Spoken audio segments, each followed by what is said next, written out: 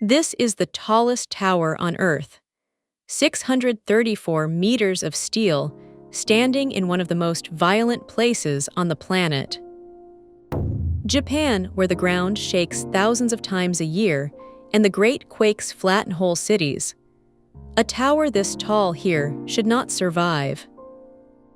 And yet, when the Earth heaves, it barely moves, because its engineers borrowed their answer from a wooden tower raised 1,400 years ago. And the secret they took wasn't strength. It was a single pillar at the tower's core, one that does almost nothing at all. That is the trick. Let me show you.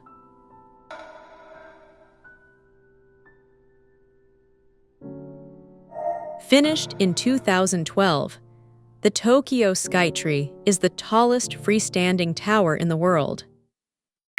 It rises above a city of millions, a broadcasting mast reaching farther than anything Japan had ever raised into the sky. But height is the easy part. The hard part is where it stands, a country built on top of moving plates, with thousands of tremors a year. And every so often, a quake violent enough to level a city. Anything this tall and this thin should be the first thing to come down. Here is what most people assume kept it up. That it's modern, that it's massive, that enough steel, bolted hard enough, simply refuses to break. Strength. Except that isn't what its engineers did. They reached back 14 centuries to a wooden tower that had already survived everything this land could throw at it. A pagoda. To understand what they borrowed, you have to see why those old towers almost never fall. For 1,300 years, 5-story wooden pagodas have stood across Japan, tall, slender, and impossibly top-heavy. The oldest, at Horyuji near Nara, is the oldest wooden building anywhere on Earth. And in all that time, through countless earthquakes, almost none has ever fallen to a quake. When Japan lost a pagoda, it was to fire or lightning or storm or war. Almost never the shaking ground. Look closely. The 5 floors are not bolted into one rigid body. Each floor simply rests on the one beneath it, held by gravity and joinery, but never locked tight. We assume strength means stiffness. A pagoda does the opposite.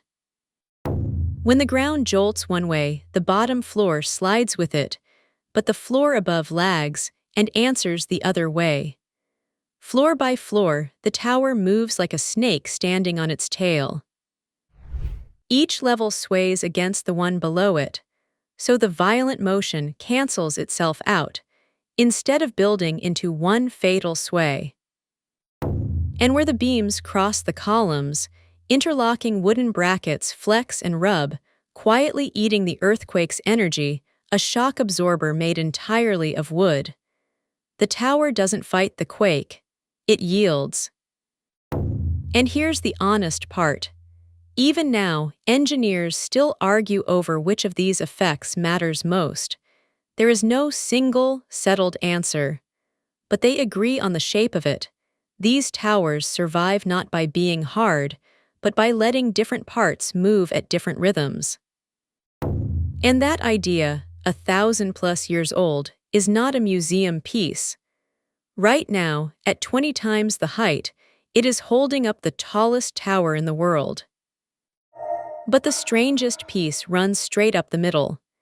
The Shinbashi-ra, a single massive pillar of timber from the base to the very top. For centuries, people assumed it was the backbone holding the whole tower up. It isn't. The weight is carried by the columns around it. The central pillar barely holds up anything at all. So what is it for? It hangs at the core like a still spine in a moving body, swaying at its own rhythm, out of step with the floors around it, dragging on their motion, calming the whole tower down. Not a support, a pendulum. And at Nikko, the builders made it impossible to miss. There, the central pillar hangs from chains near the top, and its lower end floats just above the stone base. The heart of the tower does not even touch the ground. It swings, free, like the weight inside a pendulum clock. Let the tower lean one way, and the hanging pillar lags behind, quietly pulling it back, a counterweight, hidden in plain sight for over 1,000 years. The pillar everyone mistook for a support was never holding the tower up. It was holding it still. Which brings us back to the tower we started with. When Japan set out to build the Skytree, its designers faced the pagoda's problem at a scale no carpenter ever dreamed of: 634 meters in earthquake country.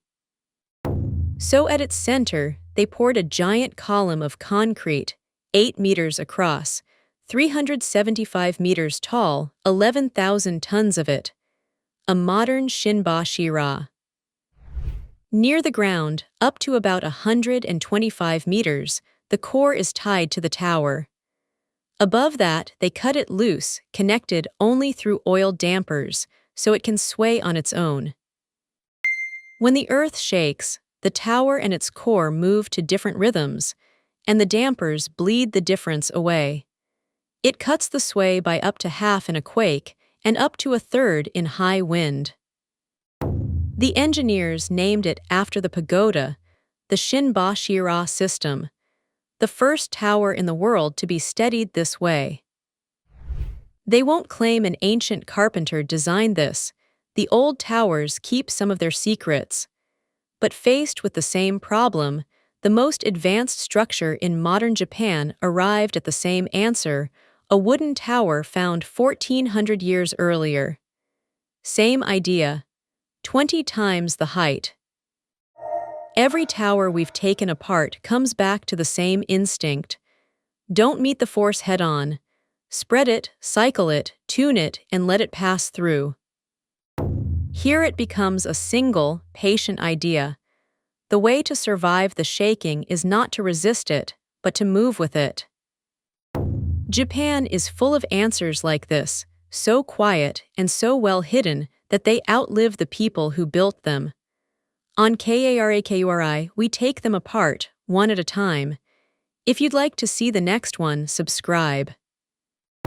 Because the deepest engineering rarely looks like strength.